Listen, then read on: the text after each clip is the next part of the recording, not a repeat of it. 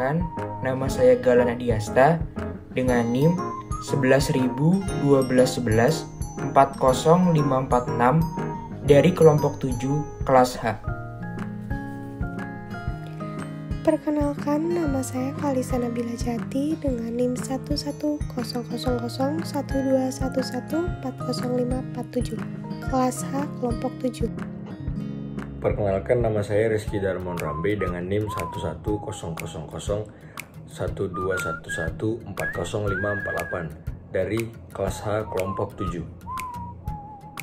Perkenalkan, nama saya Aldila Hermalani Justika dengan NIM 11.1211 40549. Perkenalkan, nama saya Muhammad Satrio Pasya Saputra dengan NIM 11001211405550 dari kelas H kelompok 7. Dalam tatanan hukum bisnis di Indonesia, ada 3 badan usaha yang ikut serta.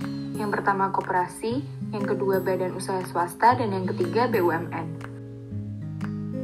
Saya akan menjelaskan perusahaan menurut UU Nomor 3 Tahun 1982. Jadi, perusahaan adalah setiap bentuk badan usaha yang menjalankan setiap jenis usaha yang bersifat tetap dan terus-menerus, didirikan, bekerja, serta berkedudukan dalam wilayah negara Indonesia dengan tujuan memperoleh keuntungan. Baik, akan saya lanjutkan. Selanjutnya adalah bentuk-bentuk badan usaha.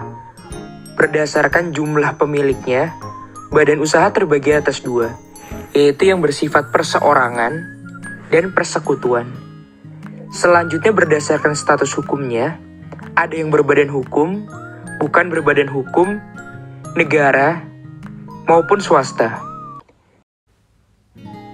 Untuk slide selanjutnya adalah bentuk kepemilikan bisnis di Indonesia. Bentuk kepemilikan adalah bentuk kegiatan bisnis yang dilihat dari pertama, siapa pemilik atau pendirinya, lalu sumber modalnya, dan yang terakhir adalah apa tujuan pendiriannya. Sehingga terdapat bermacam-macam bentuk kepemilikan bisnis. Dengan demikian, setiap bentuk kepemilikan bisnis sesuai dengan misi yang dibawa oleh masing-masing bisnis tersebut. Baik, saya akan melanjutkan materi, yaitu badan usaha badan hukum dan badan usaha bukan badan hukum.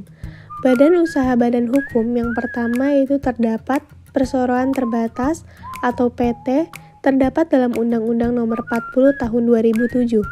Perseroan terbatas yaitu badan hukum yang merupakan persekutuan modal, didirikan berdasarkan perjanjian, melakukan kegiatan usaha dengan modal dasar yang seluruhnya terbagi dalam saham dan memenuhi persyaratan yang ditetapkan dalam undang-undang. Yang kedua yaitu yayasan. Terdapat dalam Undang-Undang Nomor 16 Tahun 2001. Yayasan adalah badan hukum yang terdiri atas kekayaan yang dipisahkan dan diperuntukkan untuk mencapai tujuan tertentu di bidang sosial, keagamaan, dan kemanusiaan yang tidak mempunyai anggota. Yang ketiga yaitu terdapat koperasi. Terdapat dalam Undang-Undang Nomor 25 Tahun 1992. Koperasi merupakan badan usaha yang beranggotakan orang-orang atau badan hukum koperasi yang melandasi kegiatannya berdasarkan prinsip koperasi. Badan usaha bukan badan hukum yang pertama yaitu firma. Terdapat dalam pasal 16 sampai 35 Kitab Undang-Undang Hukum Dagang. Setiap persekutuan perdata yang didirikan untuk menjalankan perusahaan dengan nama bersama yang terdiri dari 2 orang atau lebih.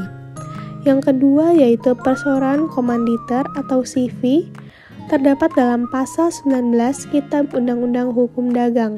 Persekutuan yang didirikan oleh 1 orang atau lebih yang secara tanggung-menanggung bertanggung jawab seluruhnya pada pihak, sekutu komplementer, dan 1 orang atau lebih sebagai pelepasan uang sekutu komanditer pada pihak lain. Dan yang ketiga yaitu perusahaan dagang atau usaha dagang.